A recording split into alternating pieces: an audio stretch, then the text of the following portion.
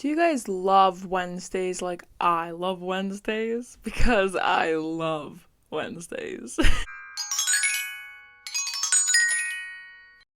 Today we're talking about something that everyone is familiar with the term. Most people have it, and no one knows what it actually is. So, today we're talking about knots. So, what is a knot? A knot, also known as a trigger point, is muscle fibers that are contracted and then don't fully relax. So, when that happens, the blood flow to that area is being restricted, which means less oxygen, less nutrients. So, the things that your muscle needs can't get in, which means waste products like lactic acid and metabolic junk can't get out. So this is going to cause irritation, sensitivity, and inflammation. Your muscles basically screaming for help. So now your circulation in that area is blocked and waste products aren't getting flushed out. This is going to cause that lump or bump or pebble that you feel. That is a knot. So no, you're not actually feeling a knot tied in your muscles. What you're feeling is a tight, dehydrated, contracted muscle fiber. What causes them and why do they form? So number one is muscle overuse, which is repetitive motion, typing, lifting, pulling, stuff like that. But muscle underuse can also be a factor. So sitting for long hours, this is going to cause poor circulation and shortened muscles, kind of like a desk job or driving. So the next one is posture, which is pretty obvious. When you're sitting in a bad position, some of your muscles are getting shortened, which means that they're tight, and some of your muscles are getting lengthened, which means that they're overworked. So, watch your posture. The next one is stress, which is a huge one. Stress can actually tense up your muscles. And then there's injury, so when you pull or strain a muscle, the surrounding fibers are going to try to guard that by contracting, which can sometimes form long-lasting knots. The next one is circulation and dehydration. So your muscles are 75% water, and you obviously need good blood flow. So when you're dehydrated and you have bad circulation, you're going to be more prone to form knots. So stay hydrated, please, for me, please. And then we have nutritional and electrolyte deficiency.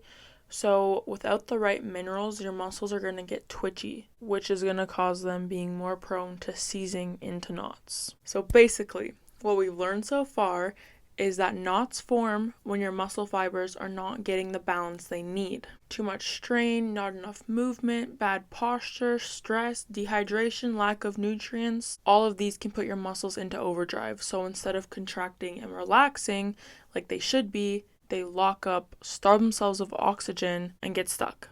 Okay, so that was a lot of information so far of what you shouldn't be doing. Now we're going to shift gears into things that you can do to help with the knots. Massage therapy is probably one of the most effective ways to release knots. The direct pressure and movement is going to help your circulation, reset your muscle fibers, and help flush out any waste. But if you want to dive a little deeper, you can get a cupping massage. This is going to help pull blood into stagnant tissues and reduce tension, making healing faster. So massage paired with cupping is a 10 out of 10 remedy for knots. But maybe you need relief right now and you can't get a massage right now, you can try some at-home remedies. So stretching is going to be a big at-home remedy. It's going to help lengthen your muscle fibers, relaxing them from their contracted state that they were stuck in. You can also try self-massaging techniques with your hands, or you can try tools like a foam roller. When you apply pressure on those trigger points, it's going to help them release. There's also heat therapy that you can try, or even better, contrast therapy, which is heat, cold, repeat. So heat brings blood in, cold reduces inflammation, and cycling between the two is ultimately going to reduce soreness around the knot.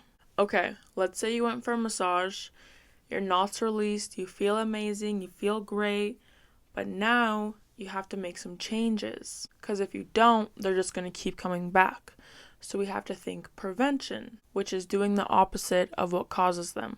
I know, easier said than done, but little shifts in your lifestyle and routine can make a huge, huge, huge difference. Like staying hydrated, keeping up with your nutrients, moving more, watching your posture. This is all preventative maintenance. This is for your emotional and physical well-being. If you want to dive a little deeper into how to prevent knots, you can focus on strength and balance training, practicing stress management. This could be meditation or yoga. Rest and recovery, which can mean something different to everyone, but ultimately it's your sleep. And then a huge one is nutrition support. So protein, your muscles are protein. Without protein, they literally cannot heal from micro damage, making them weak and more prone to tension and knots. And then of course, making sure you're getting your minerals and vitamins, especially magnesium, which is going to help relaxation in your muscles, potassium, which is going to help muscle fluid balance, and calcium, which is going to help with muscle contraction. I figured that this was an important topic because everyone, or mostly everyone, struggles with knots, and everyone, or mostly everyone, doesn't know what they are. So now that we learned something, you can kind of get a feel for what's going on in your body and how to take control of it. If you think you have a knot or a trigger point, stand up, grab some water, and book a massage right now.